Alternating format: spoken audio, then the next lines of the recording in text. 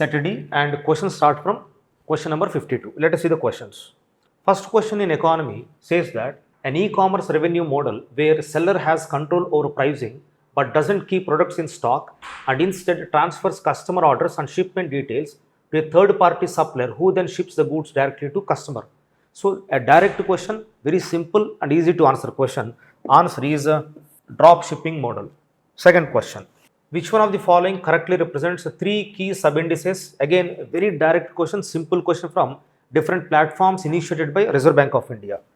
Answer is access, usage and quality. It is about Financial Inclusion Index, a platform by RBI. Next question. Which of the following best describes key objective of India's Open Network for Digital Commerce initiative? Answer is C. To break the domain of large e-commerce platforms by enabling interoperability across networks. Next question.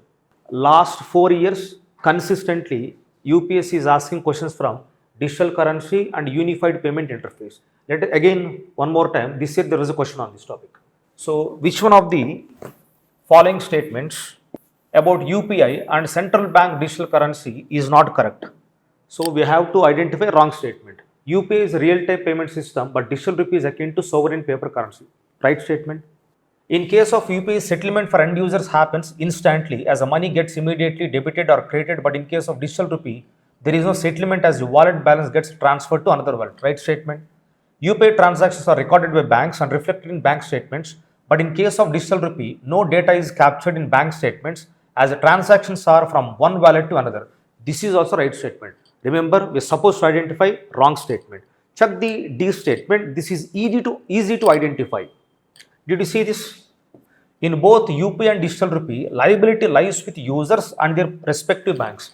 Always, currency liability lies with Reserve Bank of India. So, D is the wrong statement. Therefore, that is your answer.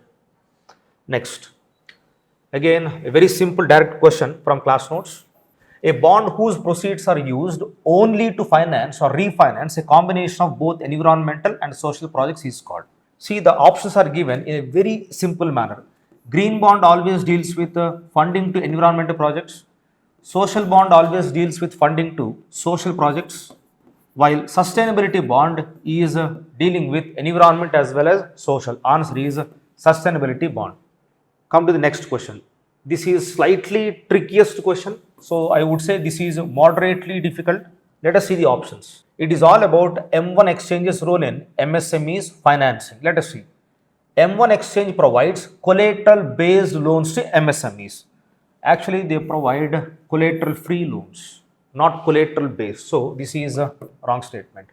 Second, M1 Exchange facilitates discounting of invoices and bills of exchange for MSMEs. This is a right statement. M1 Exchange functions as a credit rating agency for MSMEs. This is a wrong statement because M1 Exchange doesn't involve in credit rating of MSMEs. So, answer is only 2. This is your answer. Next. Again, crowding out, easy question directly from notes. What is crowding out effect? Answer lies in a situation where government borrowing leads to higher interest rates where private investment is less. Whenever government is borrowing most of the liquidity from the market, private sector do not have enough financial sources to borrow from. Therefore, interest rate will go up. So, answer is B. Next, 61st question. This is difficult, but as I said, because of more aircraft related accidents in this year, the statement or questions were lifted from the topic, but the statements were too difficult to answer. So, to me, this is a difficult question. Look at the insurance in aviation sector. Aviation hull insurance covers physical aircraft including the body, engine and onboard equipment. This is a right statement and it is covered by 1999 convention and most of the students find this difficult to understand. So, answer is C, but as I said, the question is a bit difficult. Next, 62nd question. Oh, this is simple. Look at this. Crowdfunding is solicitation of funds from multiple investors through a web-based platform or social networking sites for specific project. Right statement. Small, medium enterprises are able to raise funds at lower cost of capital without undergoing rigorous procedures. Answer is both 1 and 2. Simple question. Easy to attempt. Next. This is interesting. Tables and 3 variables. The question is difficult to answer because couple of statements are factual. Let us see this. Committee Objective Organization. Let us see. R. N. Malhotra Committee, Comprehensive Reforms of Insurance Sector in India. That's right. But it is formed by Government of India, not by IRDA. So this is wrong. L.C. Gupta Committee, preparing roadmap for introduction of derivatives trading in India, appointed by SEBI. Right. Urjit Patel Committee. Every time I discuss in the class, I give the background behind Urjit Patel Committee. Check the objective. Preparing a roadmap for reforming bank lending to housing sector. Urjit Patel Committee deals with what? Monetary policy, inflation, targeting. So this is wrong. So 1 and 3 are wrong. L.C. Gupta Committee is right. Malegam Committee is about microfinance sector in India. This is right. So answer is 2 and 4, D. Let us come to 64th question. Very simple, directly lifted from class notes and very easy to answer. NBFCs cannot accept demand deposits. Very generic statement, PYQ based theme, right statement. All NBFCs operating in India have to be registered with RBI. No.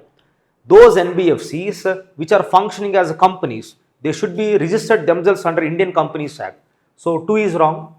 NBFCs form part of the payment and settlement system and can issue checks drawn on itself. This is a wrong statement. 2 is wrong, 3 is wrong. First statement is right. Fourth statement, deposit insurance facility of Deposit Insurance and Credit Guarantee Corporation is not available to depositors of deposit taking NBFCs. That is right. So answer is 1 and 4. Now check the last question. Very simple question. UPSC was kind enough in this context.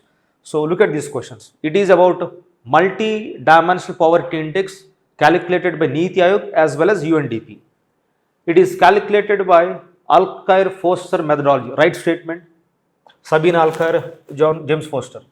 Next, MPI calculated by Niti Aayog has a total of 12 indicators. That is also right. How many for UNDP? For UNDP, it is 10. For Niti Aayog calculated, it is 12. So right statement, right statement. Third point, maternal health and bank accounts are common indicators in MPI of Niti Aayog and MPI of United Nations Development Program. This is wrong. Why? These two are part of Niti Aayog's MPI, but not MPI of United Nations Development Program. So answer is you remove 3, 1 and 2. A. So in a nutshell, before I wind up, there are 12 questions from economy, right? 8 are easy, 2 are moderate, and 2 are difficult. So as I said, these 8 questions, they have come from class notes. So those who have revised class notes, those who have attended classes, I think they would have very comfortably solved these 8 questions. Thank you.